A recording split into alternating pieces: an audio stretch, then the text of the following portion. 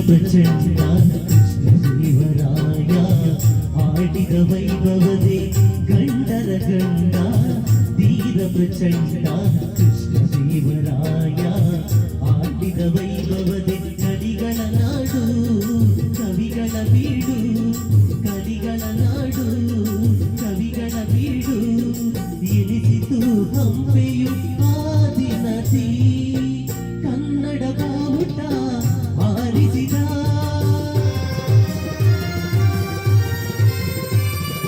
ಮದುವೆವರೆಗೂ ರಾಜ್ಯವ ಹರಡಿಸಿದ ಕರ್ನಾಟಕದ ಇತಿಹಾಸದಲ್ಲಿ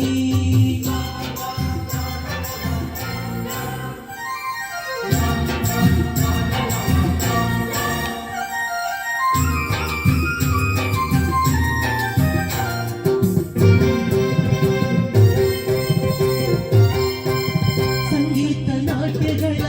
ಸಂಗಮವಿಲ್ಲೇ ಶಿಲ್ಪ ಕಲೆಗಳ ತಾಣವಿದೆ ಸಂಗೀತ ನಾಟ್ಯಗಳ ಸಂಗಮವಿಲ್ಲೇ ಶಿಲ್ಪ ಕಲೆಗಳ